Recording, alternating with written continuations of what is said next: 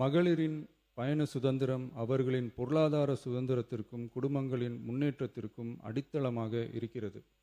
தற்போது செயல்படுத்தப்பட்டு வரும் மகளிர் கட்டணமில்லா பயண திட்டத்தில் மாநகரம் நகர்ப்புறங்களில் சாதாரண மற்றும் மலைப்பகுதி பேருந்துகளில் 40 கிலோமீட்டர் வரை மட்டுமே பயணம் செய்ய அனுமதிக்கப்பட்டு வருகிறது. எக்ஸ்பிரஸ், எல்எஸ்எஸ், டீலக்ஸ் பேருந்துகள் மற்றும் புறநகர் பேருந்துகளில் கட்டணமில்லா பயணம் அனுமதிக்கப்படுவதில்லை. தமிழ்நாட்டின் எந்த பகுதியிலும் வசிக்கும் ஒரு மகளிரும் போக்குவரத்து கட்டணத்தால் தமது வாய்ப்புகளை இழக்கக்கூடாது என்ற சமூக நீதி சிந்தனையை இவ்வரசு முதன்மையாக கொண்டுள்ளது.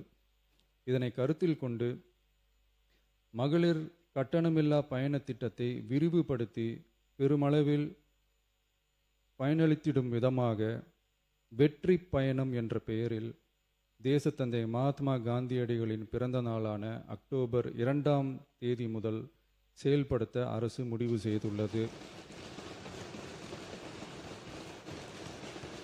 என்பதை இந்த மாமன்றத்தில் மகிழ்ச்சியுடன் அறிவிக்கிறேன். அதன்படி முதல் கட்டமாக மாநகரம் நகரங்களில் சாதாரண பேருந்துகள் மட்டுமின்றி மாநகரம் நகர்ப்பகுதிகளில் இயங்கும் எக்ஸ்பிரஸ், எல்எஸ்எஸ், டீலக்ஸ் அரசு பேருந்துகளிலும் மகளிர் கட்டணமில்லா பயணங்கள் மேற்கொள்ளலாம்.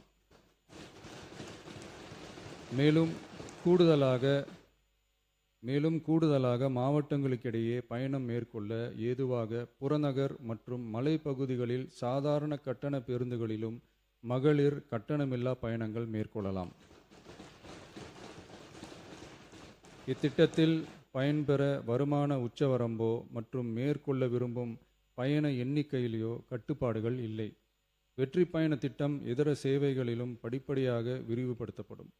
இதன் மூலம் மாநிலம் முழுவதும் மகளிருக்கான எளிதில் அணுகக்கூடிய பொது போக்குவரத்து வசதி பெருமளவில் கிடைக்கும்.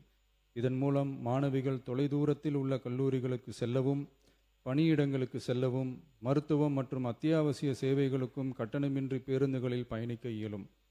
மாண்புமிகு பேரவைத் தலைவர் அவர்களே, வெற்றி பயணம் என்பது கட்டணமில்லா ஒரு பேருந்து பயணம் மட்டுமல்ல, ஒரு மாணவியின் கல்வி, ஒரு தொழிலாளியின் வேலைவாய்ப்பு, ஒரு தாயின் குடும்ப பொறுப்பு, ஒரு தொழில் முனைவோரின் முன்னேற்றம் போன்றவற்றை